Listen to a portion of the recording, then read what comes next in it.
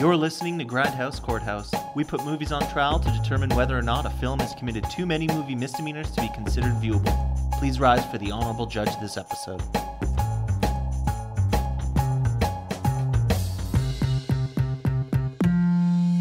Welcome to Grindhouse Courthouse, another week and another movie on trial. So let's begin. I, Adam, will be your judge for this week's episode, where we will discuss the 2003 futuristic action film Paycheck. With a budget of $61 million and a box office return of $117 million, Paycheck had a successful run, but sits at a 6.3 on IMDb and a 45% on Rotten Tomatoes. Paycheck takes place in the distant future of 2004 and 2007, where evil tech corporations contract out jobs where competitors' projects are deconstructed and reverse engineered. Once the engineer has completed their task and provided a much more superior prototype, their minds are wiped using some rubbish, half-assed excuse at neuroscience. The movie was directed by a man who refused to read the source material and claimed that he didn't care for science fiction because he doesn't have the imagination for it. We've got John Woo! Hot off of Face Off, Mission Impossible 2, and Wind Talkers. That's your favorite one, right? Adam? Yeah. The star of Paycheck is a still-in-his smug douchebag phase Ben Affleck playing Michael Jennings, a cocky engineer who is so goddamn smart that he can reverse engineer any piece of technology, build a better prototype, and make any company that hires him billions of dollars. So think Facebook, but rather than a team of hundreds or thousands of engineers, it's just Ben Affleck giving you Live Audio Room, a ripoff of Clubhouse, or Reels, a ripoff of TikTok, or No Name Dating App, a ripoff of Tinder. So all you need to know about him is that he's wicked smart. Wow. There we go. That was my Boston accent for you. I really hope that one sold it. It was really good. As the movie progresses, we see Ben Affleck have his memory wiped for a 3-year job for an evil company called Alcom. But instead of being compensated, he is left with an envelope of assorted items, the FBI after him, and the struggle of trying to remember what he built. Today, we have Dylan and Dave acting as the defense team, here to convince us that palmistry is in fact a legitimate type of science and that you can never have too many Mexican standoffs. On the opposing side, acting as the prosecutors, we have Tom and Matthew, here to convince us that Hollywood should stop mining the poor corpse of Philip K. Dick since they've been doing it for the past 2 decades and the ROI has been abysmal. Please, just let the poor man rest in peace.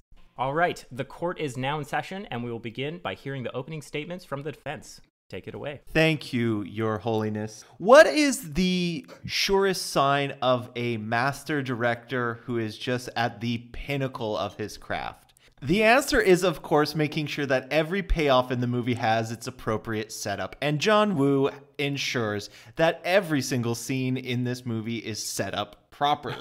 In a movie that deals with shooting a laser around the curvature of the universe to tell the future, it's amazing how relatable a character he developed in Michael Jennings. You know, an average reverse engineer who gets laser beam shot into his brain to forget things, and also the guy who shoots laser beams into his head is his bow staff trainer in the ancient Japanese art of Bojutsu. Just the kind of life that we all live. Anyway, so if you like sci-fi, action, kind of spy movie, sci-fi, romance, Ben Affleck, this is the movie for you. Perfect. Thank you, defense team. We will now hand it over to the prosecution team. Please, your opening statement. Did you prepare something for this? I've definitely 100% prepared. I sort of did, but Paycheck is a film directed by John Woo, as we know. Plenty of movies have been directed by John Woo. All of them have been kind of rough around the edges. I think it's safe to say that a lot of his movies have some sort of core element that makes them interesting, like Nicolas Cage yelling and screaming in Face Off, or, you know, a bunch of slow motion nonsense in Mission Impossible 2. Paycheck, however, is so bold as to do away with all of the things that make John Woo movies entertaining, and you're only left with just the bare minimums for what constitutes an exciting action film, an exciting spy film, an exciting film in general. There is a lot of pseudoscience. There's a lot of characters who do things that don't make sense. There's a lot of bad acting. There's some pretty bad choices around the music. It all adds up to a bad movie.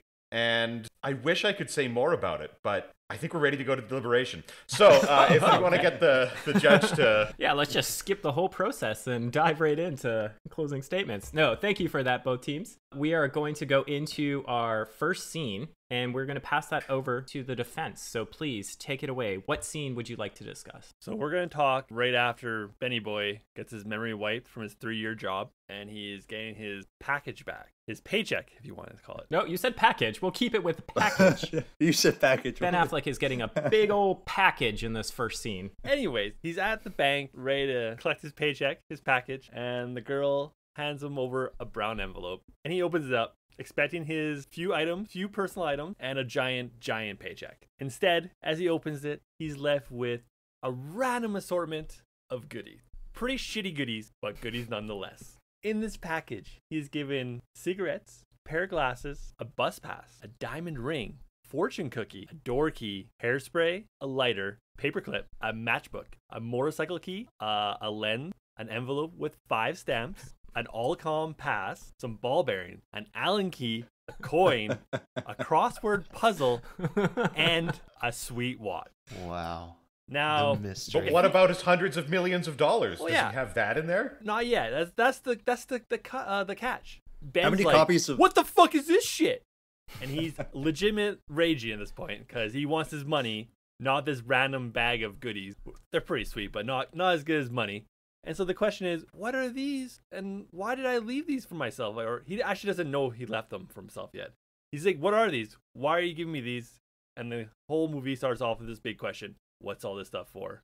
And it's a big mystery. And so the stage is set for one of the greatest puzzles ever told. Oh my god. This movie's just, it is the worst combination of The Bourne Identity, Minority Report, and an episode of MacGyver I have ever seen. And we are all the dumber for having watched it. I award it no points, and may God have mercy on its soul.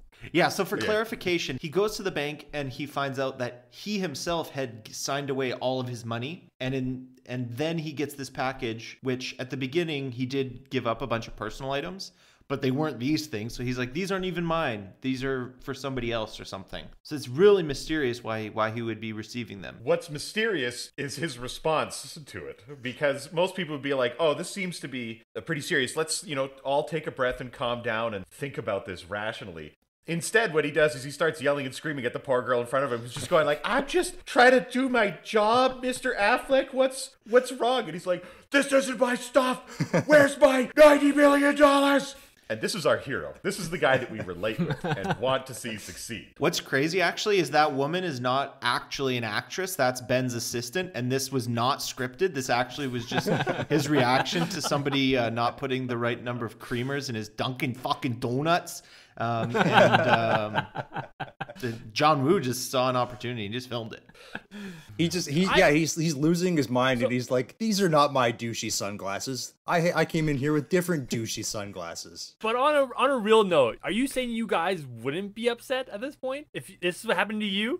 Not in the way that he was upset, because you just have to say like, oh, I did all those things when I was under the influence of memory-altering drugs. Give me my $90 million. That's what a normal person would. I don't know. I mean, I think I would have like a similar reaction, like, what the fuck? Like, he only gets mad for about 20, 30 seconds, then he like calms down and like starts to figure it out. But he doesn't. It's not like he's yelling and screaming at her constantly. He's going ballistic, and he's trying to make her feel like shit. He's really giving her the gears. Not. You like, are. Fuck you, lady. This is on you. And she's going like, please don't hit me. I've seen your bow staff skills. I've seen you work the triangle. You could kill the shit out of me. Yeah, so the triangle that Tom is referring to is the Bojitsu technique of training with your balding Paul Giamatti brain laser guy. And what's great about this scene, so it's before he takes the main job. It's when he's still working like in a smaller company. He goes down to like the corporate gym, and the gym's got like a bench press. It's got like a pec fly machine. And then it also has the triangle for bow staff training. There's some kendo sticks on the wall too, so obviously it can be multi-purpose. Yeah. Paul Giamatti's just like, what's the best way to describe him? Like his hype man? Yeah, Kinda, he's- yeah. Like they try and make it seem like he's the guy who like looks after his brain and does science, but really all he does is stand just outside of the triangle and yell things like "Go faster" or "Wow." He's like, he's Benny's hits life coach. He's a stuff. life coach. Yeah, he's like a there.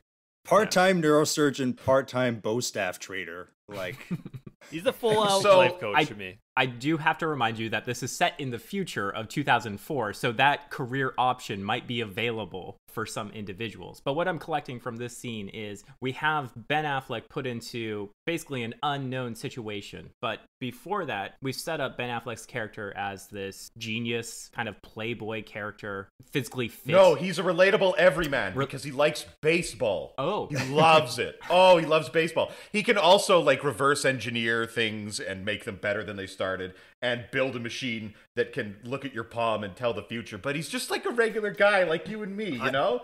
Like who hasn't just like got after a day of work, you have your friend shooting lasers in your brain, you're like, let's go work the circle, let's get in the triangle, let's do it, right? We've all been there. We all know what that's like. we've all spent months filming a crappy Daredevil movie and then insisted in our next movie that we need to put some bow staff training in that one too.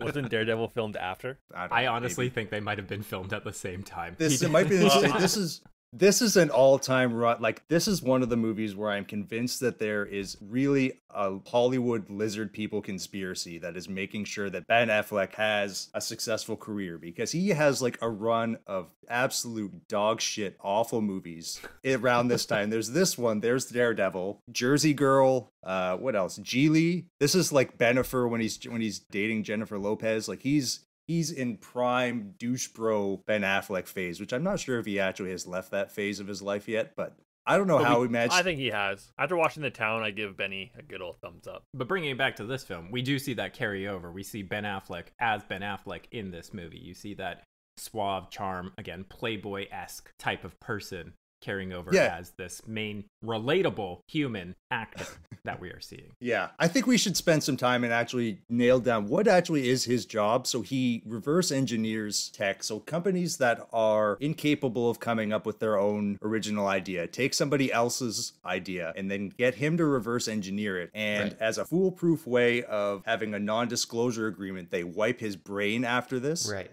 Yeah. So That's the easiest way. So he spent his whole career, after every time he does a job, they wipe his brain. How does he learn anything? So he's essentially like a 22-year-old person that has just had all of the skills wiped away after every time he finishes a job. Exactly, and that explains his character. See, he did his research. He went deep into the character development to understand what would happen with a character whose brain is wiped every like 6 months or so. So anytime he had personal growth, it would have been wiped. So all he knows is his bojutsu technique and how to reverse engineer everything.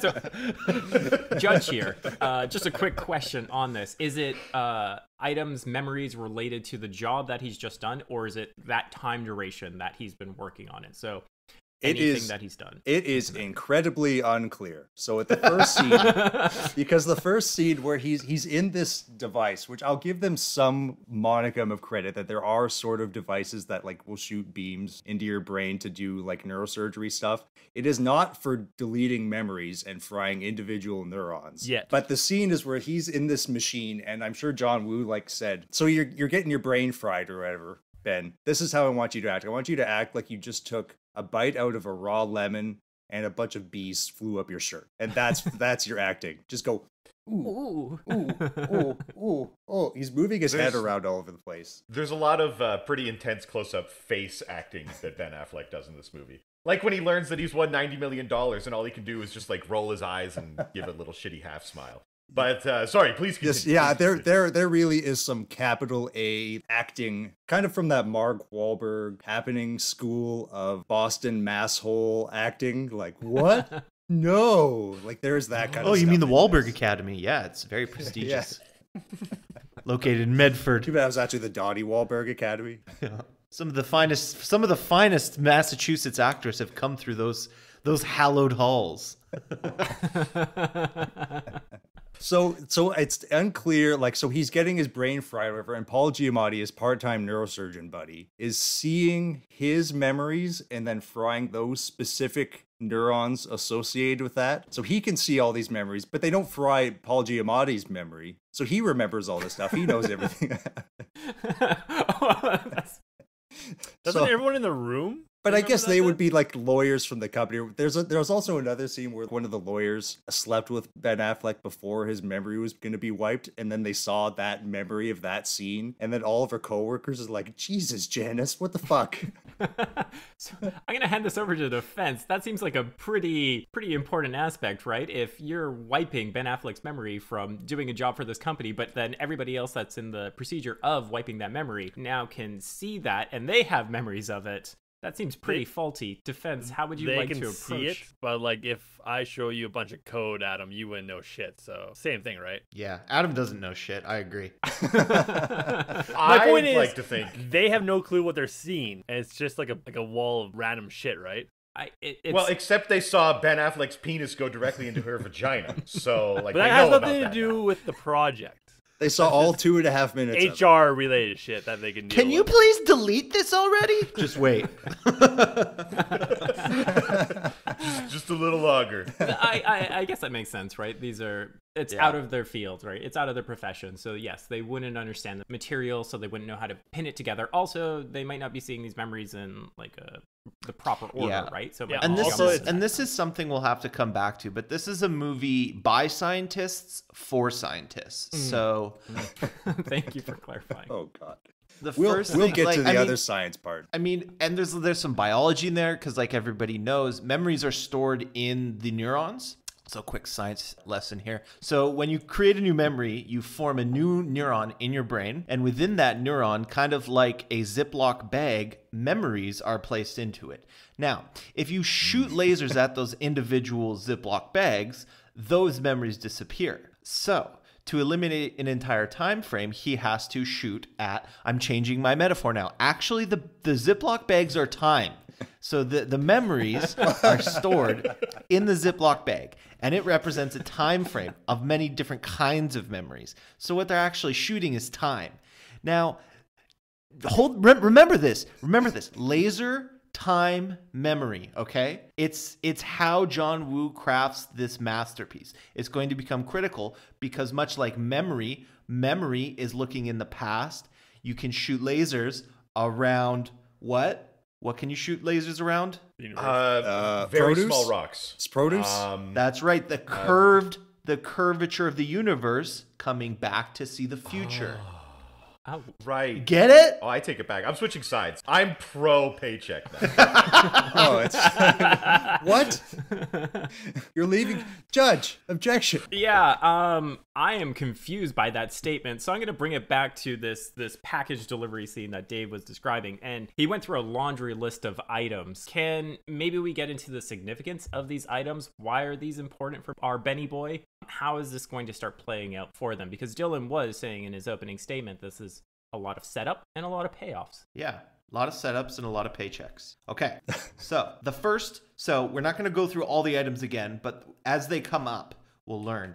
This is how the plot moves forward. So the first thing, when he finally takes the package and accepts it, like, okay, I guess I need this because past me gave away all my money for some reason, and he finds out that he mailed himself this package. But he can't remember it anymore. The first thing we learn, we get is what? Is it the bus pass or is it the? No, we learned that he gets captured by the FBI. Yeah. We learned that the FBI had hired Alcon to build a device, and then that contract fell through, and the FBI is questioning Benny Boy of what they built. So I think the first item is a set of cigarettes. Or a pack of cigarettes. Okay, so we really have to talk about this scene. So he is in a room. He's locked in this thing, and the FBI has him on some other brain surgery device with the lasers and stuff, trying to read his memories, but they're all wiped. They're all gone.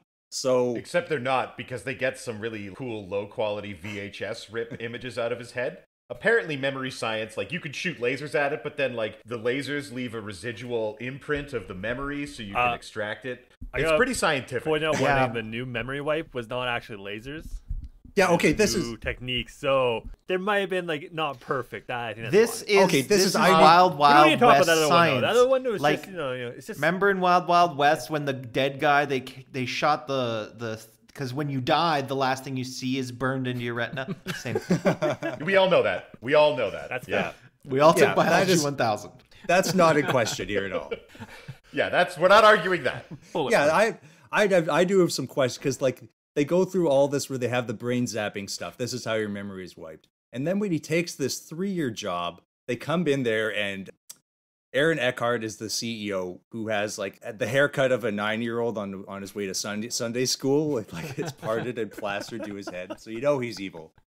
And his like second in command, Combe Fior, comes up and he's like, "I have a new way of wiping your memory," and he holds up the gun with some like substance that he's going to inject in his arm, and I'm positive that it is the same prop that was used in Mission Impossible 2 to inject the Chimera stuff. Oh my God. It's got to be that. I think it it has was, to be the same one. Do you really think John Woo would just reuse stuff because he's lazy and incompetent director? I don't know. Oh, I don't know. Yeah, maybe. No. I think you need to save money He's to say telling that. us that this is in the same cinematic universe. Yeah.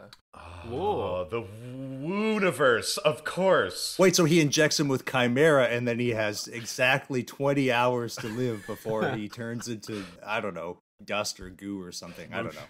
I couldn't pay attention to what you said, Matt, because I just am loving the concept of the Wooniverse right now.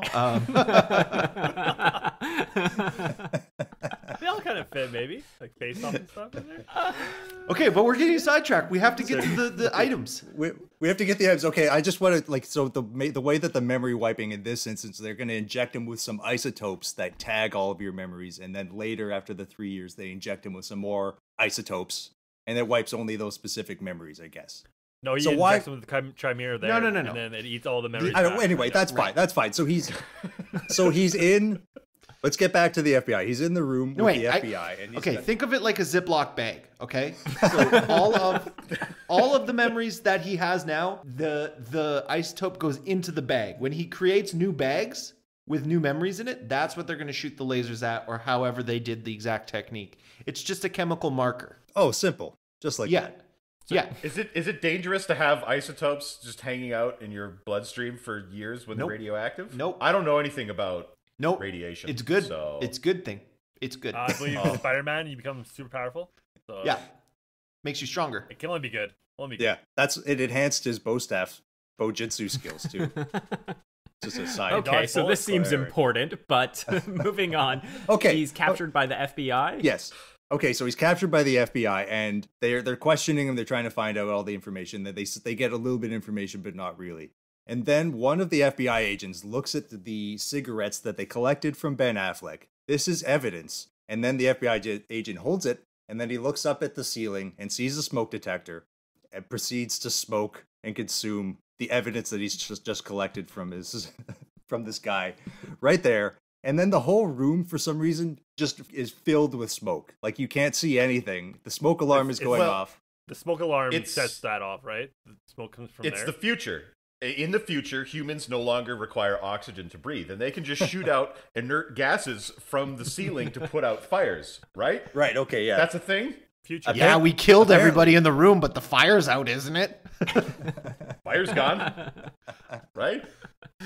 You never said anything about not suffocating everybody. But so somehow he can still breathe, and then he puts on the douche bro horsefly sunglasses that were in the bag, his manila envelope, and they allow him to see in the smoke, and no one else in the room can see. No. And by this room is way too small for them to not be able. There are like 5 FBI agents in here. They can't see, but they could essentially just stick their arms out and just go, yeah, and then just hit him randomly.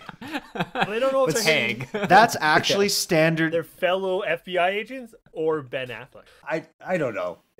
So he escapes the room, and it's just Yeah. But before we move on, I should mention that sticking your arms out and going yeah, that's standard training at Quantico now. That's actually in smoke-filled rooms, that's standard training. Watching this video, they needed to correct their wrongs. Yeah. Yeah. That's what they got Man, it that's a from. major gap in our training. Okay, so so there's the first two. Wow, pretty convenient. And by the way, the one cop who smoked, he's the asshole who put Skynet into... He's Miles Bennett Dyson. Yeah. And then the other one's Oh, Dexter really? from... Dexter. He's Dexter from Dexter.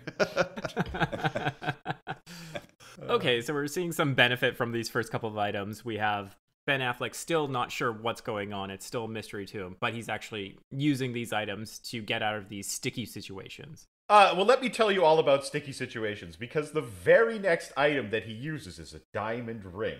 And you'd think like, oh, he's got to sell it to get some quick cash, or, oh, he's got to insert the diamond into the laser maybe to like do something with lasers, because lasers are a big part of this movie. No, it's even dumber than that. He had to take the ring out to look at it on a bus so that a street child would steal it from him, so that he would then get off the bus trying to get the ring back and realize that he was at the bank where he got the items to begin with. That's the entire purpose of that whole item, was just so that he would get off a bus. Right. And the bus pass and go to some was place to get on that the he bus. already knew about. That's the great part of it. But he wouldn't have known. These little because items of could be anything, this. and Ben saw the future, so he knows exactly what he needs at the right time. And it's us finding out what they're used for. And it's like a little neat little thing. So can he? Now, why should I, as a viewer, care that some street kid is going to steal a ring at some point and get Ben Affleck off a bus? Isn't that, dare I say, boring? I don't know, Tom. No, do you it's want the interesting. freaking world to blow up from nuclear annihilation? Then I think you should care a little bit about this diamond ring. My God. Okay, so it seems like the stakes have escalated. So it sounds like it's the end of the world scenario, which we're very Yep. familiar with all of our action movies that we dive into. Yeah. Do we want to move into the second scene that we have? Okay, so that actually brings up a good point. My wonderful, brilliant co-counsel here about the nature of seeing the future and what are the stakes here. Because the way that this works is that there's a future version of Ben Affleck, and he sees that they're on a path toward destruction. There's nuclear explosions and global pandemics and famine. Well, should we introduce the machine at this point if we're really going to go into it? Yeah. Okay. Yeah. so Okay. So set up I'm the machine about to that get he there. made. I'm about to get there. So the way that this thing works is that he has a machine and it shoots lasers. The lasers contain all the information about every event in the world, essentially. And they shoot, as the FBI agent explains, you take a laser, you shoot it from one thing, and it goes all the way around the apple and comes back from space, and then you can see the future. Yeah, the Apple theory. The Apple theory. So the way that this is, I guess, since the laser takes some amount of time to travel from where you ejected it from Earth, and then it takes some time to loop around the universe, and then when it comes back, there is a previous version of you in the past that therefore can see the future that was contained in the information of those lasers.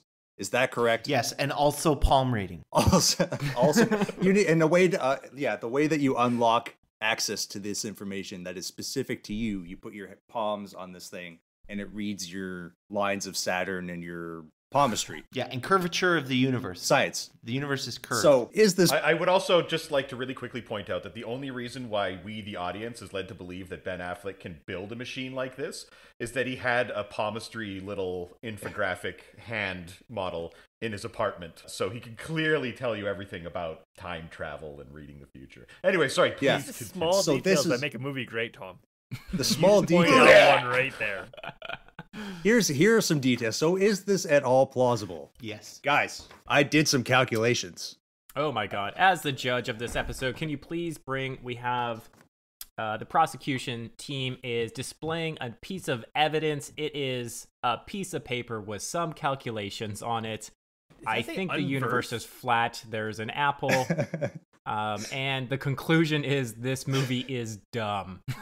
So, do we want the prosecution team to go over this piece of evidence? I'll briefly explain it. So essentially, it has to go around the universe. So how big is the universe, you say? In fact, we've learned from all of our observations that the size of the universe is 93 billion light years in diameter. So this laser has to go at the speed of light all the way around the universe. So the circumference of the universe is 300 billion light years. It has to come here, and then it comes back to Earth, and I guess it hits does it hit a lens and then has to go all the way back around to you, or does it just go in one trip?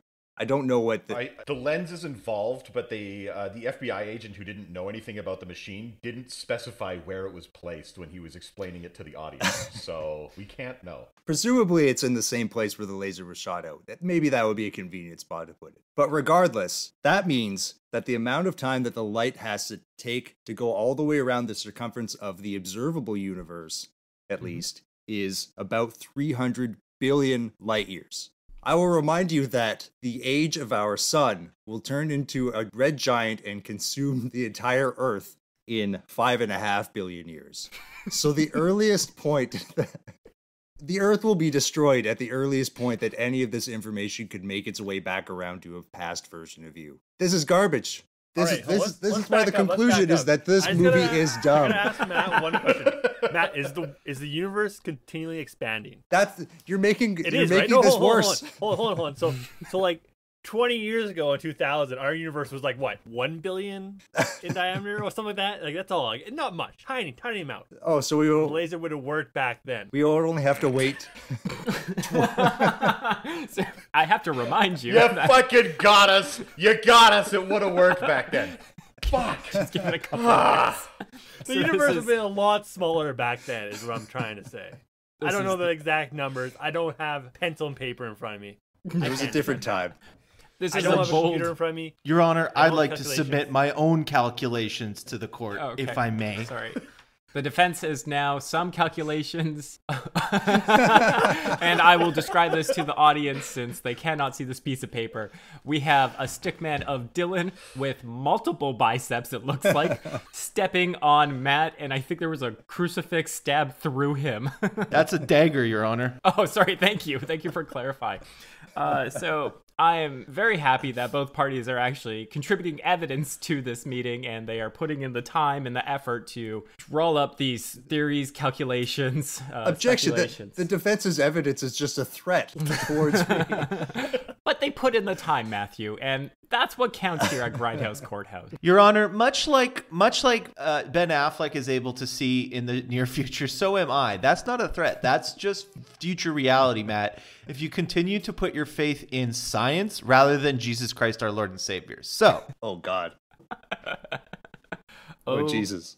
God, indeed. So I feel we've slipped away on a side tangent, but now we actually understand what this machine is capable of, what Ben Affleck has been doing for the past 3 years. This very talented man, this reverse engineer, has been building a machine to see the future. or Read to your have- palms. Read your palms. Yes, read your palms Thank to you. have some type of future sight. So what does he do with this information? Because it's clicking, right? It's clearly clicking. He's understanding that these items have some type of significance. So who does he tell? What's his next play here? Yeah, so the first point that he deciphers that he's actually seeing the future is that he's sitting at a bus stop with his neurosurgeon. Oh, his first clue is to call his buddy. His like Call his buddy Paul Giamatti, neurosurgeon and personal Bojitsu trainer, who shows up with hey man, can you meet for coffee and a soup at the old bus station? Oh, hell yeah. Our usual table? Yeah. Oh yeah. It's 9 p.m., Ben. Oh, I forgot that. The choice is soup. I also just remembered that Paul Giamatti, his facial hair changes in each scene that he's in. So he's more balding in this, but his mutton, like his full beard is gone, and he's just got these weird mutton chops. But please continue. He's also dressed like he just finished shooting a music video for the New Radicals. You get what you give, I guess. He's wearing a bucket hat, and he sees on the TV in the bus station that they're announcing lottery numbers. And on this fortune cookie fortune that he has there, it's the exact same lottery numbers. So he just surmises right then that whoever sent him these items must have sent them from the future. Can you say that again, please? Yeah, can you please say that one more time? The future. And therefore, all of these items, these innocuous items, must be supremely important keys to my progress in my story, like an old school point and click adventure game. Like he's he's like Guybrush Threepwood deciphering all of these stupid clues into how to progress the rest of the game. So It's about this point that the FBI, not the FBI, I guess it's goons from Allcom, like Colm Feore's there, and they try to assassinate him. Because it's not enough to wipe his brain. You have to kill him too. You couldn't have just done one or the other. Well, they want to kill him because the machine doesn't work and they need him to fix it. That's why he has to die. He has to die because it's predicted that he would do something. That's why they wanted to kill him. And it's predicted he would die in the hands of the FBI. But that failed. So they went back to the machine and then they realized it was broken. Just to clarify, Allcom, the evil corporation that got Ben Affleck to build this future-seeing machine, has a log or a record of the future saying that Ben Affleck is going to report them to the FBI and he's going to die, so they're after him. What can you please clarify that again? I don't know what is predicted, but it's predicted that he would do something and that he needed to die, and it's predicted he would die in the FBI hand. Oh, I thought he is the only person who's seen anything. No, Allcom, what's his name? 9-year-old haircut boy. He's also seen the future. Two-Face. Two-Face. He's also seen the future, and that's why he makes that statement about how he was supposed to die in the FBI's hands. That's what the machine predicted. Well, none of this understanding has made me like the movie more, so I'm sorry. Yeah, I'm actually a bit more confused. I don't know if I'm just misremembering the movie at this point, but I thought Allcom wanted to bring in Ben Affleck because the machine is broken. Ben Affleck has uploaded, and that's in quotations, a virus into this machine, so there's an error. After the fact couldn't that he they just survives the FBI thing, and then he's like, oh, our prediction didn't happen. The future that we saw didn't come to reality. And he goes back down the machine, and that's when he finds out the machine's broken. Couldn't they just code around the virus that he introduced? No, they explained they couldn't do that. That actually, okay, Judge here again. Hey guys, quick question on this, because doesn't it seem foolish for a company to just have one person working on a singular project this big? Shouldn't he Have you seen how big his dick is? Everybody loves him. He walks in there, Uma Thurman's already like, let me press some buttons on my weather control device to impress you, Ben Affleck, with your big dick. They love him. Everybody loves him. I'm just saying there should be some protocol in place where he's doing some type of documentation, passing it over to a new hire or something. But then you have to wipe everyone's memory, Adam. That's too many memory wipes. Well, we are in the future. That's it true. Seems like this is just... They only had the one gun. Only the one gun. Those isotopes are a finite resource. You can only use so many of them. that's what's finite in the future. But okay, needless to say, if this movie gets going and he starts to realize that his items he sent himself play an important role in him figuring out why he sent the items to himself.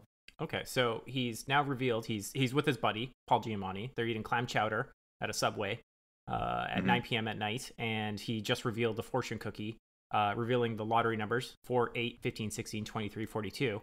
And we now have Allcom or the FBI agents coming after Ben Affleck. What's next? How's Benny Boy get out of this scenario with his big brain and big dick? On a motorcycle.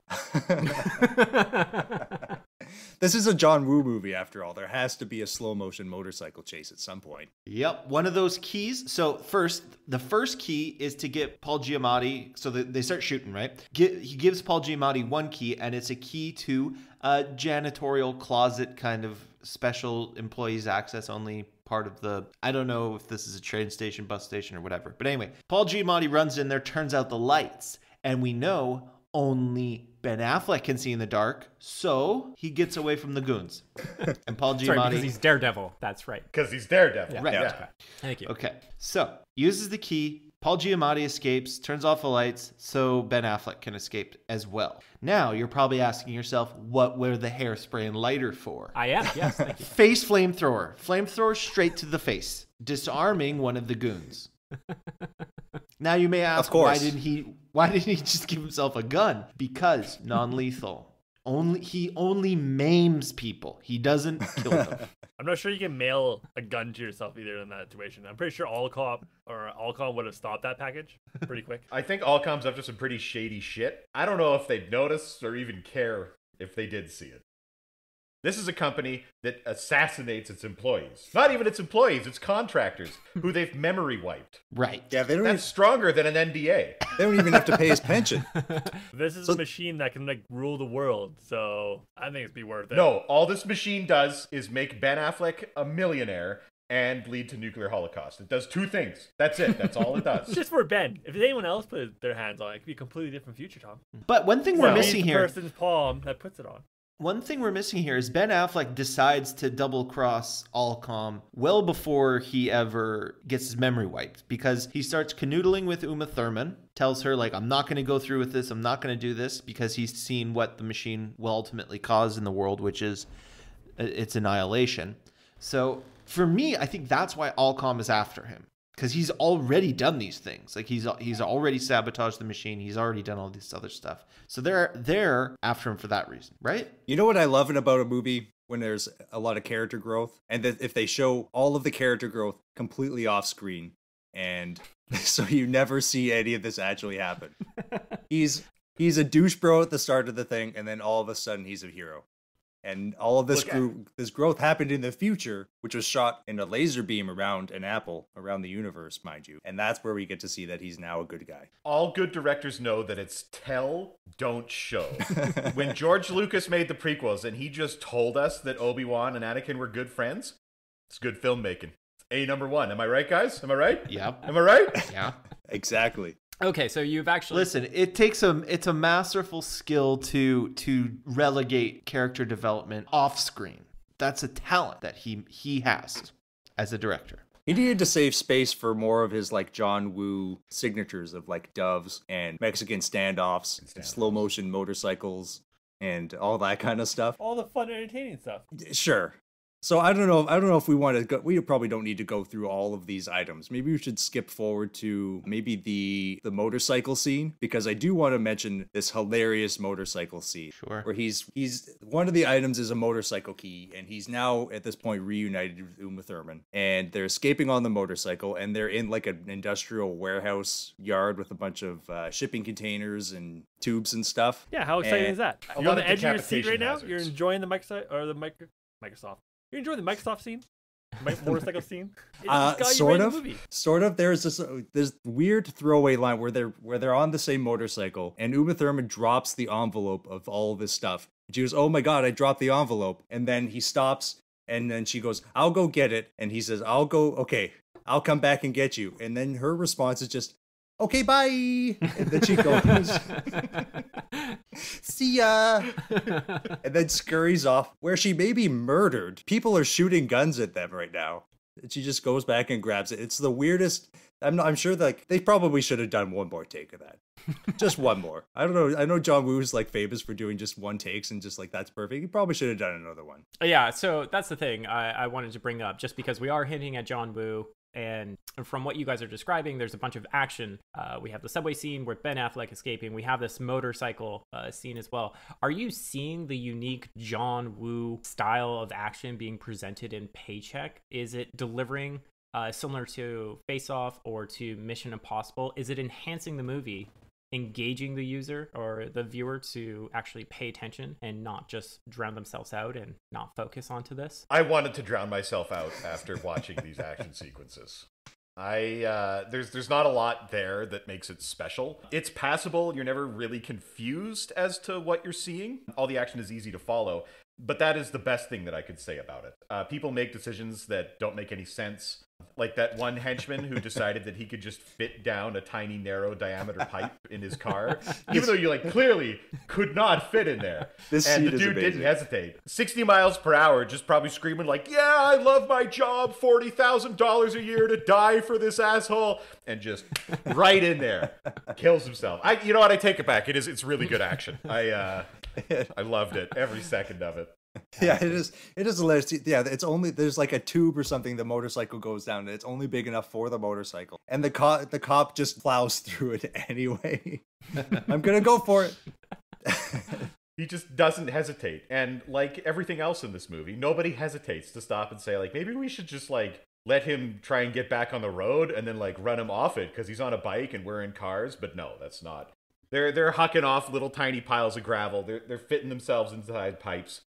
The stakes are high, and who gives a shit? You know what I mean? I know that everyone knows what I mean. Defense, do you disagree with this? Do you think the action was justified? Did it enhance the movie? Yep. Oh, okay, great. So moving on to our third scene, we're going to push forward. because this is captivating. We have the prosecution team. They're going to open up with this third scene. Who would like to take it away? All right, so they get off the bike, and then because they already built the set, they have to get back to the future machine for, all of these people to come together. So we're running out of items to use at this point. A coin was used to stop a train. No, paperclip. Coin is used in the door. All right, sorry. A paperclip is used to stop a train. A coin is used in the door coming up. Right, and So we're running out of items. And if he had used the vice versa, that would have led to a global Holocaust. We should probably clarify this. It seems very suspect because there's never like aha moments. It's just his character going like, "Was that what I was supposed to do?" and then continuing on. It's really just like you never feel like he's ever ahead of the game, even though like maybe you could send a note back to yourself in the past being like, do these things and be here at this time. But sending out paper clips with the intention that like, yeah, you'll probably know to use it to stop a train that's going to kill you is totally fine. But that's not what we're talking about. What we're talking about is the final scene.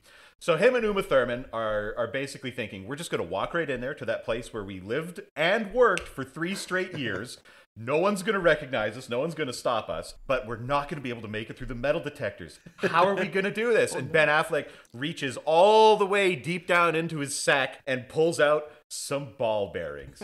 And then when they're just about to walk through, they throw the ball bearings through the metal detectors. And those guys lose their fucking minds. They go insane. I have never seen security guards just lose their shit like that. They're looking in every direction except the people that are, I guess, walking through. They are not on top of it. And that's why it's a bad movie, because I've never seen security guards just lose it like that when the thing that's supposed to tell you when there's metal, it detects it. When it makes a noise, typically that just means that there's someone with metal there. It's not that you have to start like shooting in every direction and roughing up people and pushing up against the wall and screaming in their face. That's not what you do as a security guard. Sorry, young man. I just got my hip replacement last week. Get the fuck on the ground, old woman. I will waste you. Get out of the ground. I'll blow your fucking head off. So they managed to sneak in that way. But, it doesn't really matter because they start using his security key, the one that's coded to him that would alert anybody in the building that, hey, this guy is trying to access things. But even that doesn't really matter to him. So they get in, they use the machine, and Ben Affleck says, oh, I put a bug on it. There's only one way to fix this. So he breaks out the crossword puzzle and slaps it on a piece of electronics and then pulls the thing off, and then the machine works. Then you can put your palm on and have the laser shoot into it and tell you about the future. So he puts his palm on the machine and it starts telling him about the future. And he's like, oh, this machine, it's got to go. So he takes a bullet and he puts it on a compressor because like the machine uses like 4 things of like liquid nitrogen to helium. Cool itself No, down. hydrogen. Look, seeing into the future is tough. It's expensive. It generates a lot of heat. So they puts a bullet on and be like, I'm gonna destroy this machine. And then he runs off into Uma Thurman's place of business where she was like making plants grow or something. It's really unclear what her job is. And then it turns out there was an FBI guy who was in there that you don't see or know about until this time. And he's like making phone calls in the background being like, oh, FBI guys, you better get down here. That guy is back with his girlfriend. And then a bunch of security goons come in and they start shooting each other. There's a bit where a robot hands him a stick so he can get into the triangle one last time to just fucking annihilate these security goons. Then there's a callback earlier in the movie that we don't need to talk about, but it's basically just he sees his own death at the top of the catwalk where Uma Thurman works doing her plant stuff, which conveniently, I might add, is right across from the Future Division. The plant division and Future Site division work right next to each other for some reason. But anyways, that's not important. Office space is limited in the future. It is. For some reason, this company that could literally print money, they can't quite get it together. Excuse me, Aaron Eckhart, what exactly does Allcom do? Well, we've developed a device that allows us to see the future, and its predictive capacity allows us to rule the world with an iron fist. Also, we have a unique variety of potato. They're expanding. They're an evil company, and they have the time to work on these things. Just like Aaron Eckhart has the time to get someone who looks like Uma Thurman and then like put a wig on her and then send her out to meet Ben Affleck when he doesn't know what she looks like, so he could have sent anybody. Anyway, that's not important. What we're talking about is the ending of the film. So Ben Affleck gets up to the top of the catwalk where it's been prophesized that the door will open and he'll be shot. But it doesn't happen that way because Uma Thurman's like, the power of love and like self-determination or whatever. And then the FBI guy who we talked about before, yes, that FBI guy making those phone calls shoots a bullet and then like kills another guy. This is pretty cool, right? But we're not done yet. So the machine works now, and Aaron Eckhart knows it, right? So he comes down from his CEO office to go to the machine to use it, to like look at it or whatever. Or was it Comfior? Anyways, it doesn't matter. The point is, the bullet hits the thing and the tank explodes, and then the movie's basically over. That's essentially the entire scene. Now, my question to my opponents is, did I get anything wrong? Short answer is yes. Long answer is no. It's not what you said, it's the way you said it. I've heard that before, but please. I mean, on your own time. Yeah, it all comes full circle, much like a laser beam shot around an apple. It comes full circle, and just such a neat and tidy ending. All the objects have paid off. The allusions to crystal balls and palm reading make sense. It's just a tight package of a movie right here. Like I said, director at his best. Ben gets the girl, gets the cash. What more do you want from a movie? Oh, how does he get the cash, though? That's the one thing I left out. It's a lottery ticket. Oh, okay, great. There we go. Good. He hit a lottery ticket in the bird cage. Yeah. As one does. Underneath the poopy. Because that's what the fortune cookie said. Is like, if you don't look underneath the poopy, you won't be a millionaire. Yeah. It's a common saying. We've all heard it. I didn't like this movie. I'm sorry. Yeah, this movie was dumb. Just by the way, that's how bullets work, right? Like he zip ties a bullet to one of the like pistons or a compressor or something on this dewar of gas, and it just kind of and it like when the thing shoots out, it hits the back of the bullet and then it shoots and explodes the gas. So am I to believe that I can just like hold a bullet in some tweezers and then like flick it with my fingernail and that'll just make it hard enough? The firing pin. Firing block, not firing pin. What you need to do is just slap the back of the bullet as hard as you can, and that will make it shoot out and explode the machine. That's science. Everybody knows that's how a bullet works, right? You know, you don't need like a tiny little object to strike it to hit the primer. That's not how it works. Yeah, guns are redundant. Just bullets. That's all you need. I like to see that we're getting caught up on like the small technical details, not the fact that they're sending information around the universe and back to them to see the future. We've already established that the Earth is going to blow up before then. That's the key argument in this debate right now. The opposition is focusing on like the reality and like getting down to the nitty gritty instead of just stepping back and enjoying the movie magic about a magical machine that can predict the future and going on a crazy fun ride and enjoying life for 2 hours.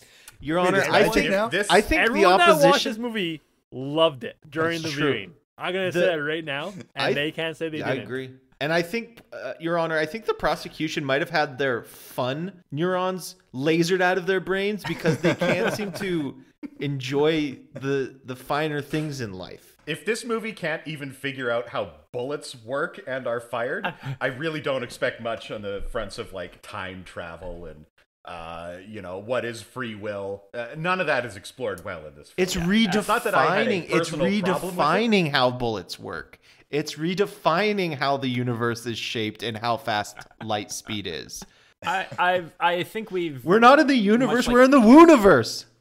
Yeah, come on, guys. I think much like Paycheck, we can wrap this up now. We can put a bow on it. So I would like to thank both sides for presenting these three cases. We will jump into closing statements. Defense, would you like to present your closing statement first to say why we should be watching Paycheck? Your lives depend on it. Period. Don't know if that was a threat. Was it a threat towards me specifically, or just? It was towards you specifically. Yes. So Jesus! The defense team has brought back their piece of evidence of Dylan stepping on Matt and a dagger going through Matthew's heart. Okay, we will pass it over to the prosecution for closing statements. Do you have anything left to say of why people should not watch Paycheck? Judge, objection.